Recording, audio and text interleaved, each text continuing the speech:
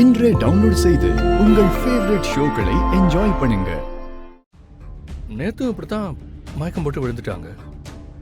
இன்னைக்கு ஏதோ யோசனையில் வந்து காஃபியை கொட்டிட்டேன்னு சொல்கிறாங்க.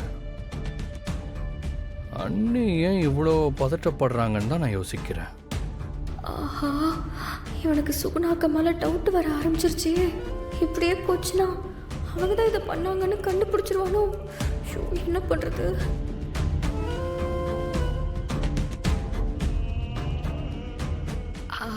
பொண்ணு கல்யாணம் நின்று போனா எந்த அம்மா தான் நிதானமா பதட்டப்படாம இருப்பாங்க? நீ இன்னைக்கு காலையிலே சீக்கிரமா கிளம்பி விசாரிக்க ஆரம்பிக்கிறேன்னு சொன்னல, இப்பவே லேட் ஆயிடுச்சு பாரு. ஆமாம், அது வேற இருக்கு. ஆனால் எங்கேருந்து ஆரம்பிக்கிறதுன்னு தான் தெரியவே மாட்டேங்குது.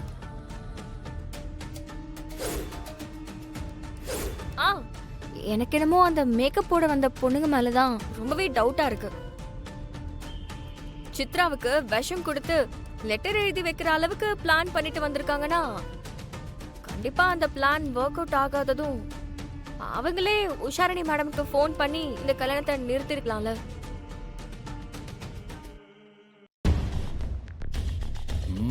சரிதான், அதுக்கும் வாய்ப்பு இருக்கு. சரிவா, முதல்ல இந்த விஷயத்தை இப்பவே போய் கிருபானங்கிட்ட சொல்லியா? சரி.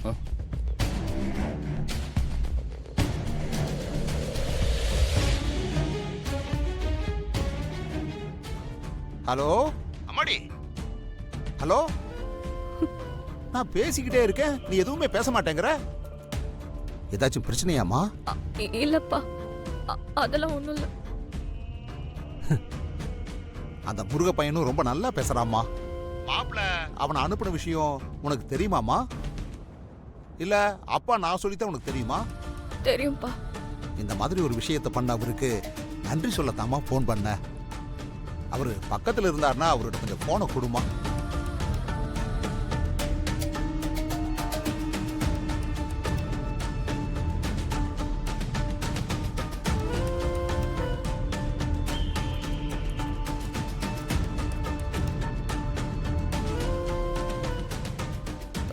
ஹலோ. என்னம்மா நீயே பேசுற? அவர் வீட்ல இல்ல, அவர்கிட்ட நானே நன்றி சொல்லிடுறேன்ப்பா. மறக்காம சொல்லுமா, சரியா? சரி, நான் போனை வைக்கிறேன்.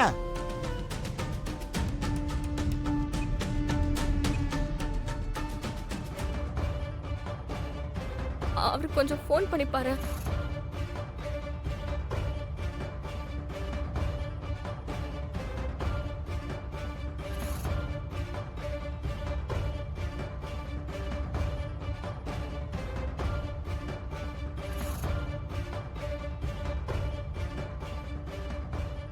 என்ன ஃபோனே எடுக்க மாட்டேங்கிறாரு?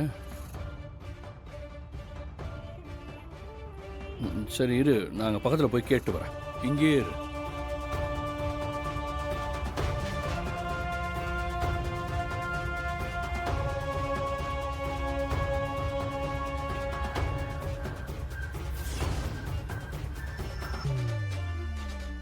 தம்பி, இந்த ஏரியாவில் சுடரொளின்னு கண்ணு தெரியாதவங்க ஆர்ஃபனேஜ் எங்கே இருக்கு? அந்த ஆர்ஃபனேஜ் நேம்லாம் எனக்கு தெரியாது சார். ஆனால் நீங்கள் சொன்ன மாதிரியான ஆளுங்க இப்போதான் இப்படி பாட்டு பாடிட்டு போனாங்க. இந்த பக்கமா? ஆமாம் சார், இந்த பக்கம் தான் போனாங்க. தேங்க்ஸ். என்னாச்சு? இந்த பக்கம் தான் ஒரு குரூப் பாட்டு போனதா சொல்றாரு. வா.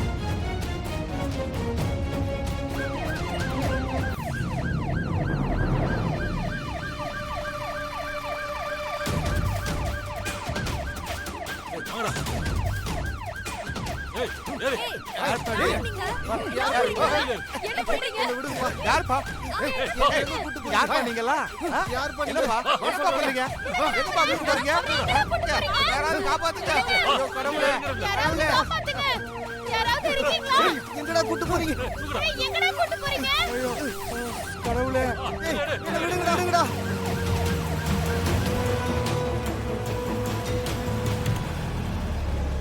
ஐயோ காப்பாத்துக்கல, யாராவது காப்பாத்துக்கல. வாங்க வாங்க, யாராவது காப்பாத்துங்க, கடவுளே காப்பாத்துங்க. ஐயா ஐயா ஐயா, எங்களோட பாட்டு பாடிக்கிட்டு இருந்தவர திடீர்னு ஒரு கும்பல் வந்து கடத்தி கொண்டு போயிருச்சுங்க ஐயா. கொஞ்சம் காப்பாத்துங்க ஐயா, போங்க ஐயா. ஐயா எப்பங்க? இப்பதாங்க தூக்கிட்டு போனாங்க. எங்க ஐயாவை எப்படியாவது காப்பாத்துங்களேன். என்ன வண்டின்னு ஏதாச்சும் தெரியுமா? அந்த வண்டியோட சத்தத்தை கேட்டோம். அது ஏதோ ஆம்புலன்ஸ் மாதிரி தான் சத்தம் கேட்டுச்சு. இந்த பக்கம் போன மாதிரி தெரியல. இந்த பக்கம் அவங்க சவுண்டை வச்சு எந்த பக்கம் போனாங்கன்னு தெரியுமாமா? இதோ இந்த பக்கம் தான் போன மாதிரி கேட்டுச்சு. இந்த பக்கமா? இந்த சைடு தான் சத்தம் தெரியலையே. தூக்கிட்டு போயிட்டாங்களே. ஐயோ. சரிம்மா, நீ கவலைப்படாத. நாங்க எப்படியாச்சும் உங்க ஐயாவை காப்பாத்திக்கிறோம். எப்படியாவது காப்பாத்தி கூட்டு வந்துருங்க கடவுளே. தூக்கிட்டு போயிட்டாங்களே.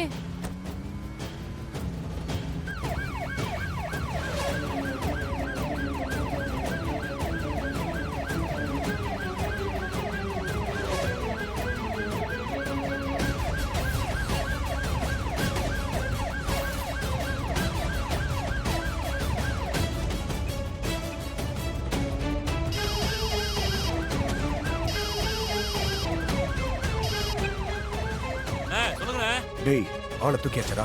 தூக்கியாச்சுனே. என்ன பண்ணணும்னு மட்டும் சொல்லுங்க. ஆம்புலன்ஸ்ல வச்சிருங்க. அவளுக்கு 2 மணி நேரம் தான் டைம் இருக்கு. அது வரைக்கும் வடபழனில இருந்து போரூர் வரைக்கும் சுத்திக்கிட்டே இரு. வண்டி எதுக்காகவும் நிக்க கூடாது. சுத்திக்கிட்டே இருக்கணும். அவங்க கண்ணுல மட்டும் மாட்டிடக் கூடாது. ஏய், வண்டியை போர் விட்டு வட பண்ணி ஓட்டிக்கிட்டே இரு.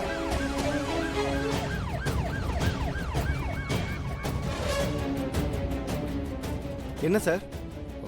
ஒன்றும் இல்லை. உள்ள யார் இருக்கா? யாரும் இல்லை சார். பேஷண்ட்டை பிக்கப் பண்ண போயிட்டு இருக்கேன். சரி.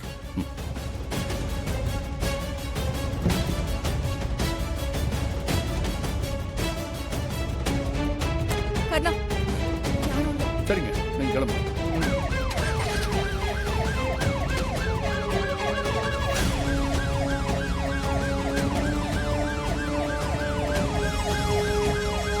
சரிம்மா.